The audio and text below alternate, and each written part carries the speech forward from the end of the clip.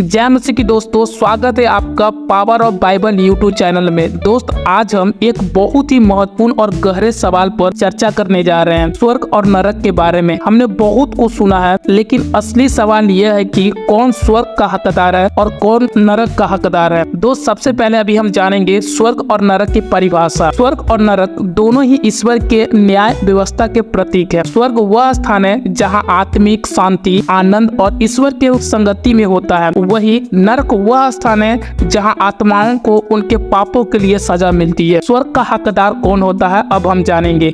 सबसे पहले स्वर्ग का असली हकदार वह व्यक्ति है जो ईश्वर में अटूट विश्वास रखता है, प्रेम और दया से भरा होता है और अपने जीवन में अच्छे कर्म करता है। बाइबल में लिखा है, ईश्वर का राज उनके लिए है जो नम्र है, जो दूसरों की सेवा करते हैं और जो सत्य की राह पर चलते हैं। मत्ती 5:3-12 में लिखा हुआ है।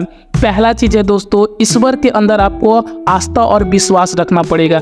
सिर्फ धर्म का पालन करना ही नहीं, बल्कि ईश्वर के प्रति सच्चा विश्वास और भक्ति होना बहुत ही जरूरी है।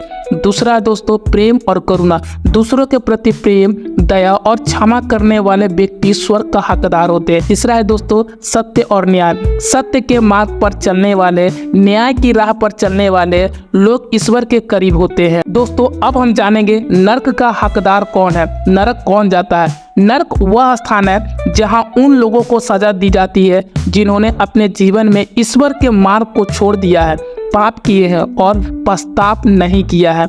नंबर 1, अधर्म और पाप। जिन लोगों ने अधर्म किया है, झूठ, धोखा और न्याय किया है, उन्हें नरक की सजा मिलती है। नंबर 2, ईश्वर की अपमान। जो लोग ईश्वर की अपमान करते हैं, उनकी शिक्षा का अपमान करते हैं और पाप के रास्ते पर चलते हैं, वे नरक जाते हैं। नंबर 3, अहंकार और घमंड। जिनके दिल में अहंकार और घमंड होता है, वे ईश्वर से दूर जाते हैं और नरक की ओर बढ़ते रहते हैं। दोस्त, हमने समझा होगा कि स्वर्ग और नरक हमारे कर्मों और ईश्वर के प्रति हमारे आचरण का परिणाम है। हमें अपने जीवन में सच्चाई, प्रेम और ईश्वर की राह पर चलने का प्रयास करना चाहिए।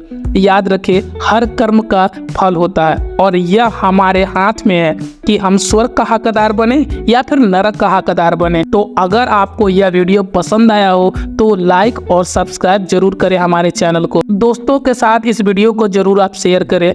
आप हमें कमेंट में अपने विचार और सवाल भी भेज सकते हैं। धन्यवाद। ईश्वर आपको सही मार्गदर्शन दे और ईश्वर के साथ आप बने रहें।